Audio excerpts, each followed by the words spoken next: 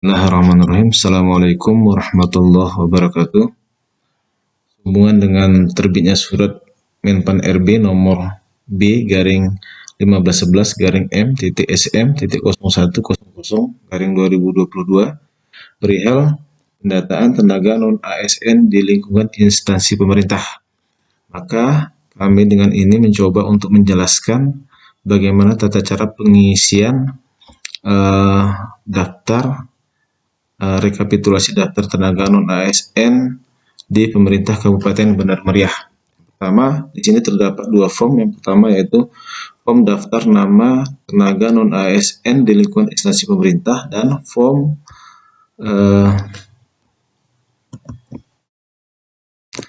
riwayat kontrak kerja non ASN dan XTHK 2. Selanjutnya, kita coba bahas satu persatu form tersebut. Yang pertama, silakan nama instansinya, dari dinas mana. Kemudian, untuk NIK ini, saya acak. NIK ini untuk satu orang non-ASN. Jadi, satu baris ini untuk satu orang non-ASN. Dengan NIK ini jangan sampai ada yang keliru.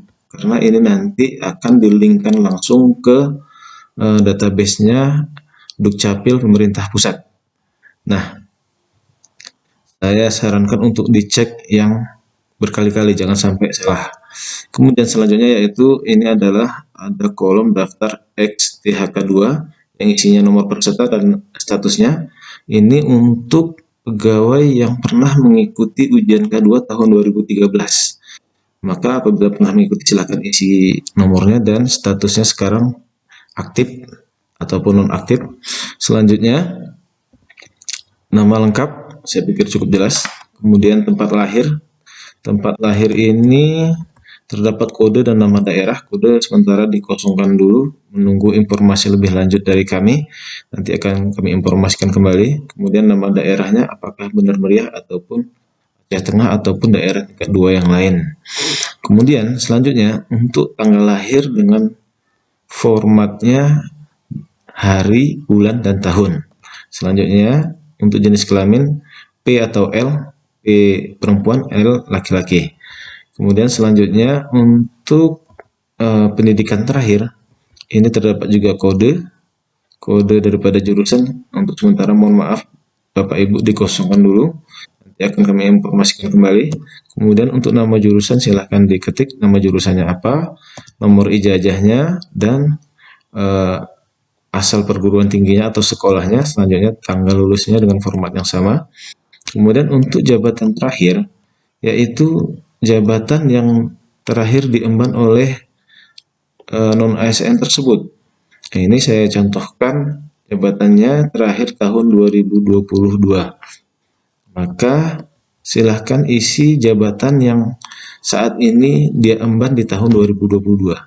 Ini saya contohkan pengadministrasi umum dengan nomor SK ini, kemudian tanggal awalnya kita seragamkan saja setiap tahun itu mulai dari tanggal 1 bulan 1 2022, kemudian diakhiri dengan 31 Desember tahun 2022. Nah, selanjutnya silakan isi unit kerjanya apakah di dinas atau di sekolah atau di tempat lain, atau seperti di dinas kesehatan, bisa di puskesmas, langsung di unit kerjanya masing-masing.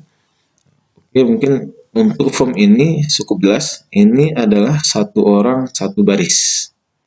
Ini dengan NIK yang selanjutnya. Kemudian kita akan membahas untuk form riwayat kontrak kerja. Di sini untuk satu orang relatif berapa tahun yang bersangkutan sudah mengabdi. Ini saya contohkan ada pegawai yang sudah mengabdi dari tahun 2020, maka dia harus isiannya harus 3 baris dari tahun 2020, 2021, 2022, 3 baris per tahun.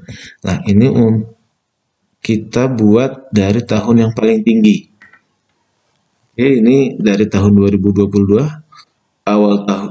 awal mulai kerjanya tanggal 1 bulan 1 2022, diakhiri dengan 31 Desember 2022. Kemudian instansi penempatan kita seragamkan Kabupaten Bandar Meriah. Kemudian unit kerja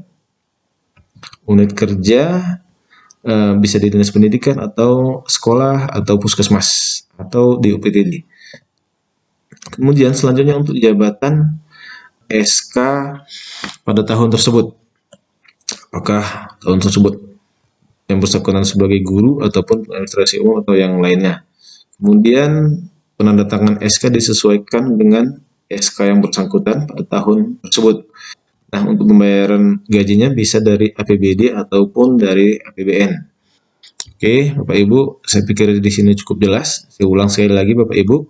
Ini setiap barisnya membahas untuk setiap tahun.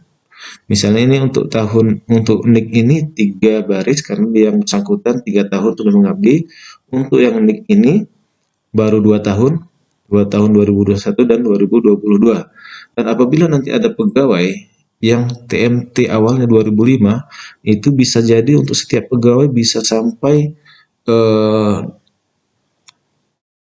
16 baris, Bapak Ibu. Jadi diisi satu persatu, jangan sampai ada yang ketinggalan.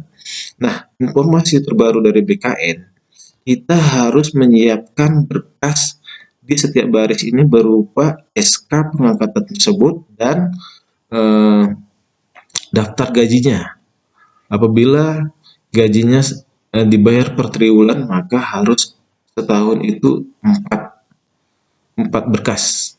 Dan apabila tiap bulan, maka berkasnya harus 12 berkas untuk setiap tahun ini. Nah, apabila yang bersangkutan ini 3 tahun, maka yang harus menyiapkan 3 SK dan bayaran gajinya setiap tahun. Untuk berkas ini, kita seragamkan per orang dengan menggunakan map lubang warna merah supaya tidak tercecer, Bapak Ibu. Maka kami sarankan menggunakan map lubang warna merah dan diserahkan ke dinasnya masing-masing. Nanti dinas yang akan memberikan secara kolektif ke BKPP dengan surat pengantar dan SPTJM-nya. Baik, Bapak Ibu, saya pikir di sini cukup jelas. Mohon maaf atas segala kekurangan. Kami akhiri. Wabillahi taufiq wal hidayah. Wassalamualaikum warahmatullahi wabarakatuh.